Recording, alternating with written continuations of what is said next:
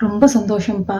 நல்ல கம்பெனில நல்ல வேலை கிடைச்சிருக்கு. நல்ல சூப்பரான போஸ்டிங் கிடைச்சிருக்கு அப்படின்னு கேள்விப்பட்டேன். ரொம்ப சந்தோஷம். உன்னுடைய ஹார்ட் ஒர்க்கு, உன்னுடைய எஃபர்ட்ஸு எல்லாத்துக்குமே உனக்கு நல்ல ஒரு ஈல்ட் குடுத்துருச்சுப்பா. நீ நல்ல ரிசல்ட் குடுத்துருச்சு. நீ நல்லா இருப்ப. இன்னும் அடுத்தடுத்த இதெல்லாம் உனக்கு நல்லா கிடைக்கும்ப்பா.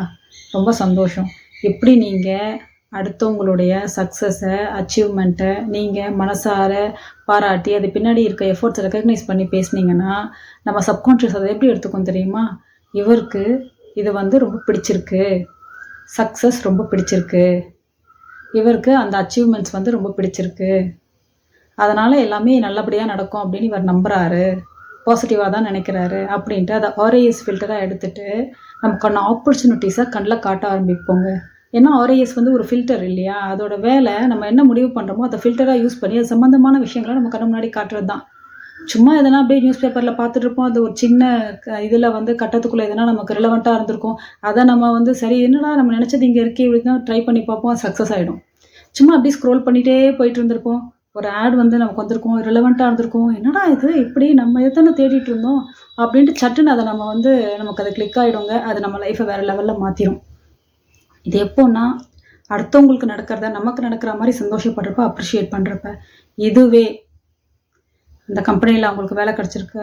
இன்டர்வியூ பேனல்ல தெரிஞ்சவங்க இருந்தாங்க. அதுதான். அதனால தான் வந்து அவனுக்கு ஈஸியா கிடைச்சிருச்சு. அவனோட எஃபர்ட்ட நம்ம அண்டர் எஸ்டிமேட் பண்ற மாதிரி ஆயிடுது இல்லையா? இப்படி நம்ம சொல்லும்போது.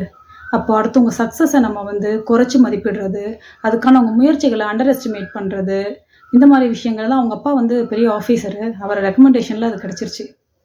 இந்த மாரிலாம் நம்ம வந்து அந்த சக்ஸஸ வந்து அண்டர் வேல்யூ பண்றதுக்காக நம்ம என்னென்னலாம் நம்ம பேசலான்னு பேசுறது.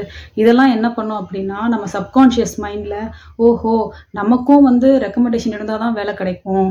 நமக்கும் இன்டர்வியூ பேனல்ல தெரிஞ்சவங்க தான் வேலை கிடைக்கும். அப்ப வேலை கிடைக்கிறது நம்ம அடுத்த கட்டத்த நோக்கி போறதெல்லாம் ரொம்ப கஷ்டம் போல இருக்கு. அதுக்கு நெறைய கிரைட்டீரியா இருக்கு போல இருக்கு. அப்டின்ட்டு நம்ம சப்கான்ஷியஸ்க்கு நம்ம திரும்ப திரும்ப ரிப்பீட்டடா சொல்ற மாரி ஆயிடும். அத ஃபில்டரா எடுத்துக்கும். அது என்ன பண்ணும் தெரியுங்களா? எல்லா ஆப்பர்ச்சுனிட்டீஸையும் கண்ணு முன்னாடி காட்டாது. ஈஸியா இருக்கிறத கூட அத நம்ம தாண்டி போயிருவோம். அத நம்ம கவனிக்கவே மாட்டோம். ஏன்னா நம்ம வேணான்னு முடிவு பண்ணிட்டோம். நெகட்டிவா சொல்லி சொல்லி சப்கான்ஷியஸ்ல அத பதிச்சுட்டோம்.